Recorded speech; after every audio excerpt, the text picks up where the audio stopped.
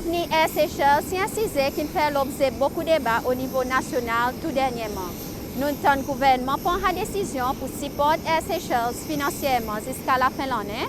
Et Air Seychelles il aussi fait ça l'annonce qui pour commencer la route vers Dubaï. Nous allons en besoin avec CEO Air Seychelles, Remco Altius, pour lui expliquer comment Air Seychelles peut adapter avec sa bonne difficulté qui sont semées et qui vraiment l'avenir est réservé pour la compagnie aérienne nationale. Tout d'abord, il explique nous à cause de sa décision pour aller à Dubaï. Anytime we open a new route, we prepare a business case, and that's also done in the case of Dubai. The cost of operation for Air Seychelles are at such a level that we think that we believe that we can operate this flight quite profitably. The people in the UAE don't have that much choice for destinations to travel to because a lot of the countries are still closed.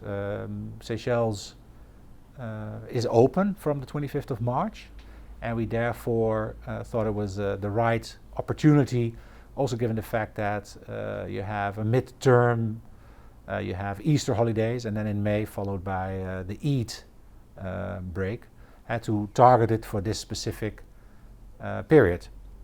And the bookings have been quite good.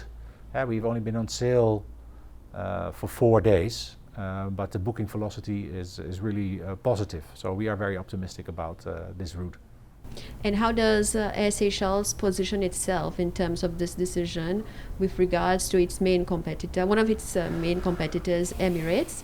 And also we've seen recently the announcements made by privately owned businesses opening up cargo business in Seychelles. How is Air Seychelles positioning itself then in terms of these various new opportunities opening up? Well, obviously we are going to Dubai with one flight a week only. So we target specific group of the market, a specific segment of the market that is staying 6 days because on how we operate, it is a 6-day rotation. We depart Dubai on Saturdays, and so the flight is back on Fridays. Obviously, customers in the UAE have more choice on Emirates, but our pricing is a lot more advantageous, especially for families, because the way we position ourselves for that flight is that we can have much more attractive fares than Emirates does in that market. And the other thing, the way we position is that the flight schedule will be such that both the flight from Dubai and the flight to Dubai are daytime flights. And so meaning that the current Emirates departure is at 2:15 in the morning or so, and the flight to Dubai from Seychelles is close to midnight. And for us, we will have a daytime flight coming down and also a daytime flight going up, which for some people will be more attractive. And that's why, given those dynamics, we think we can attract a specific part of the market for people who say, well, it's a good offer. We have lower cost than clearly the 777 operation that Emirates does, so we can also offer more attractive fares for daytime departures, and then for people who want to come 6 days. So Seychelles is opening up to tourism, and internationally we are seeing new travel corridors also opening up. What kind of assessment is being made by Air Seychelles in terms of seizing these new travel opportunities? Well, interestingly, since the opening up, or since the announcement of the Seychelles opening up on the 25th of March, we've received a lot of inquiries from markets and from tour operators, travel agencies in markets, asking us to whether we could operate from that country specifically. Clearly, we are limited by the range of the aircraft. We can't go everywhere, and most of this demand is from Central Asian countries, for instance Kazakhstan, and also, for instance, Ukraine. And we've also had requests from Bucharest, and we are assessing these requests as we speak. And I expect that in the days or the weeks to come, we will have more announcements on which of these business cases is viable. If you look at Maldives, for instance, which in January and February has already seen quite a healthy recovery of their tourism, most of their current demand comes from these new markets. For instance, India is the number one market for the Maldives right now. But also countries like Kazakhstan, Uzbekistan, Ukraine, Russia, that is where the customers are coming from. And it's also on that same line that the Aeroflot, the Russian airline, will come to Seychelles early April, as could be seen in the press announcement the other day. Given what is happening in in European countries, in EU countries, I don't expect a big number of EU citizens to come to Seychelles in the next quarter, just because of the way the vaccination program is evolving there. And so if I look at my home country, the Netherlands, and I think that can be taken as a proxy for the whole of Europe, there the expectation is that by the first week of July, all the adults will have been vaccinated. But the rules on whether or not their citizens can travel is quite strict. So most European countries, Netherlands, but also Germany and Switzerland, they don't really want their citizens to go abroad. And it's the same for the UK. The UK Prime Minister have said that he will announce on the 12th of April whether UK citizens can travel internationally from the third week of May. And it's not certain yet, but those are the kind of timelines. So short term, April, May, June, I don't expect a lot of EU citizens, European country citizens. The current demand is more from Israel, because we will go to Tel Aviv. It will be from the UAE, and it will be from countries that have less of a problem allowing their citizens to go. Russia, Kazakhstan, hopefully India. And we see that there's been a lot of movement. So 25% of all the arrivals in the Maldives last month were from India. And that's also on that ground that we will be launching our Mumbai flight on the 7th, 8th of April. So we've always gone there, and now we're going back. There's a travel bubble agreement with India that allows us to do so, and we will see if the market, how it reacts. We've, since the announcement in Seychelles, have received a lot of interest from our distribution, from our trade partners in India, saying, okay, there is demand, and we'll see how the bookings develop. But I'm confident that given the pent-up demand, because a lot of people haven't been able to go anywhere for a year, that people will come. It's just not the source markets that have come to Seychelles historically, Germany, Italy, France, UK. That'll be a little bit later. I expect quarter 3 and definitely in quarter 4. Now, on the domestic front, what do the figures show in terms of the My Pralin flight? Well, obviously when Seychelles was more on a lockdown, the number of flights was very limited, maybe only one and on average twice a day.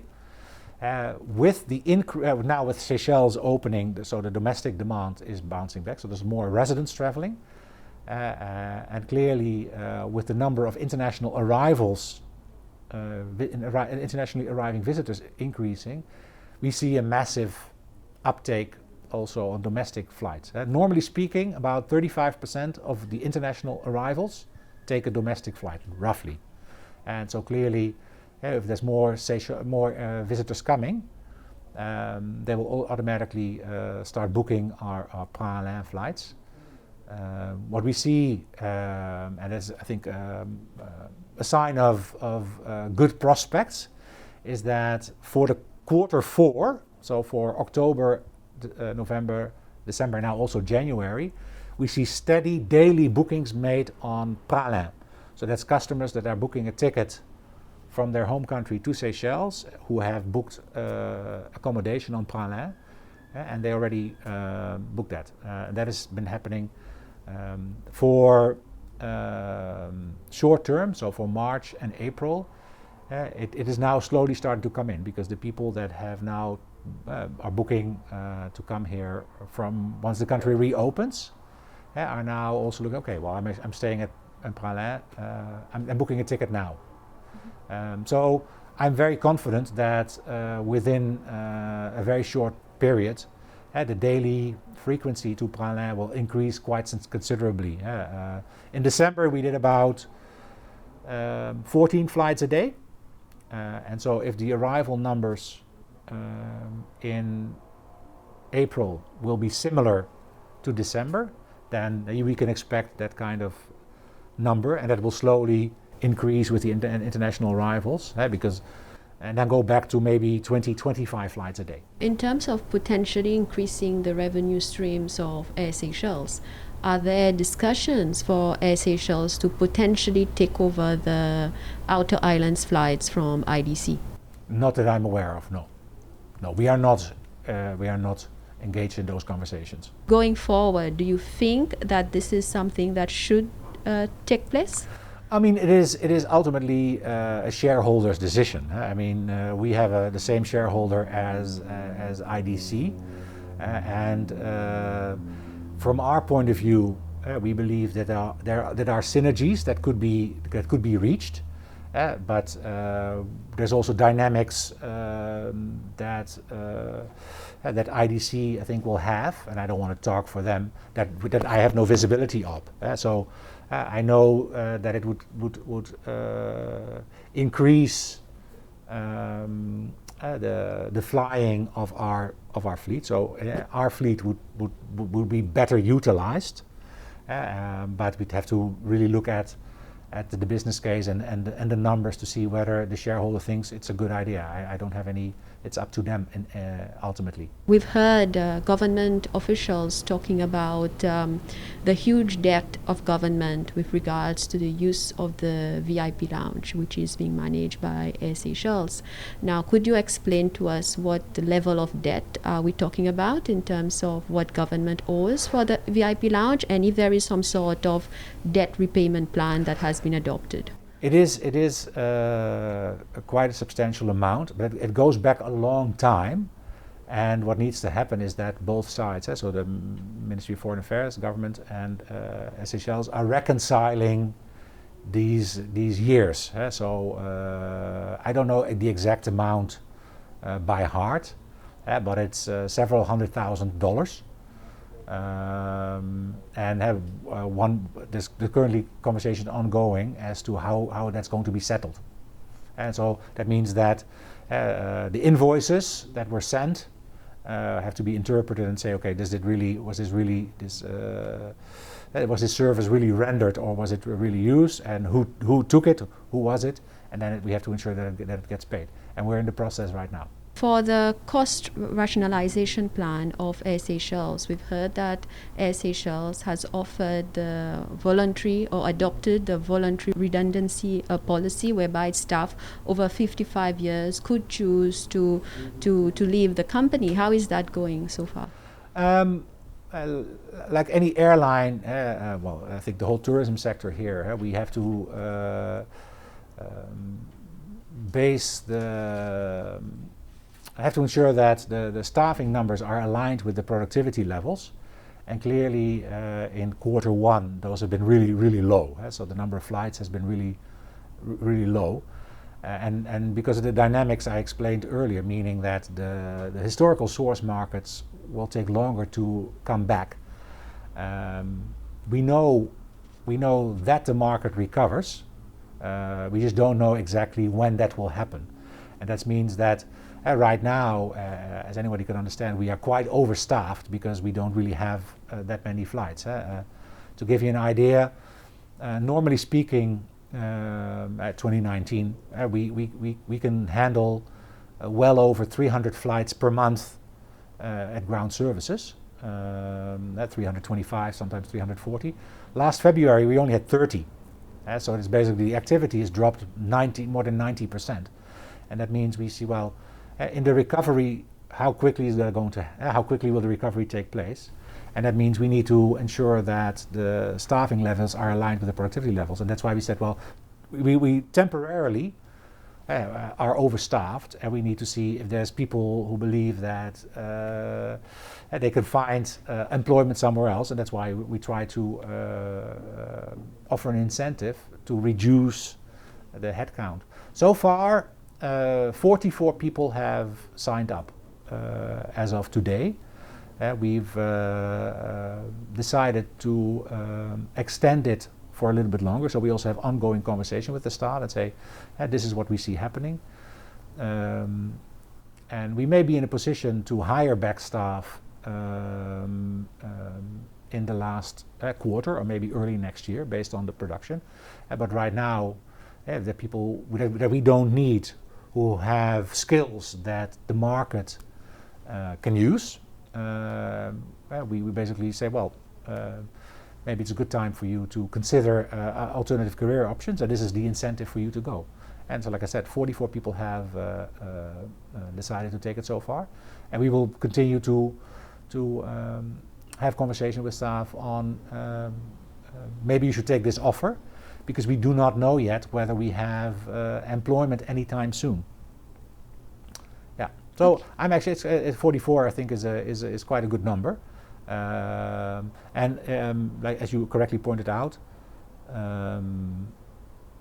it is in principle offered to those 55 and over. But we've also seen some people who are younger who have said, well, I want to go, and we've also said yes, if it is a skill that we don't need right now,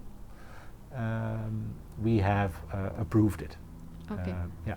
But how many staff over 55 do you have in the company? I would say probably 12. 12 out of the 44 are over 55. Okay, and generally how many staff over 55? We have in total 44 staff over 55. Yeah, it's a bit confusing. And so we have 43 staff over 55, of whom right now 12 have taken the voluntary redundancy. And so that means that there are 34 staff at this moment who are younger than 55 who have also taken it. Are there other measures to rationalize costs in terms of staffing? Well, we have had the support that we received. So the subvention from the government is not enough to pay the monthly payroll for a longer period of time. So already last year, we have implemented measures whereby everybody who has a higher salary than 30,000 rupees is taking a considerable pay cut. We will also continue to do that this year. So we're definitely doing that this year. Because, like I said, the staffing costs weigh heavily on our total cost, and the salary bill needs to be reduced. We're also looking at ways to make the fixed salary cost more variable by basically reducing the fixed rate, but paying more for actual flying operational hours. The cabin crew already have such an arrangement, and so for them we're very happy how that works. We'll also we're going to introduce that for the pilots as well, reducing the fixed salary but increasing. That means that we have more control on the cost, because it goes up when we produce more, but it comes down if we produce less, and that's ultimately in our favor.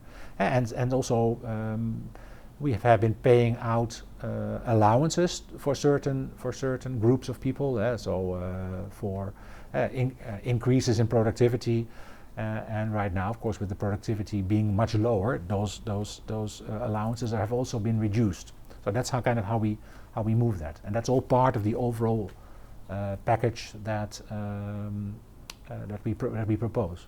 One of the new policies adopted by the new government is the whole Seychelles First Yes. policy in terms of employment. Yourself, as a foreigner running the national airline, how do you view this policy? As Air Seychelles, we've been quite fortunate to, we have only 0.5% foreigners in the company, so out of 690 people, 4 are foreigners, and that is likely to be 3 in the very near future. I fully understand it, that developing local talent and ensuring that they have access to these roles is a route that the government wants to pursue. Clearly, we talk about skills and specific experience that may or may not be available in the Seychelles. And so we've taken it on Air Seychelles to ensure that in the past years, for as long as that I've been here, at least we develop Seychelles to the extent that nearly all roles in the company are now held by Seychelles. And for some specific skills, that takes a little bit longer than somebody else.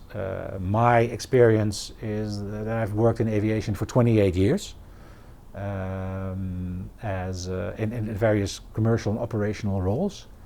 But as soon as the shareholder thinks that there's a local talent available to fill my seat, I'll happily hand it over to that person. We've seen a lot of pronouncement being made by the main shareholder, one of the main shareholders of Air Seychelles.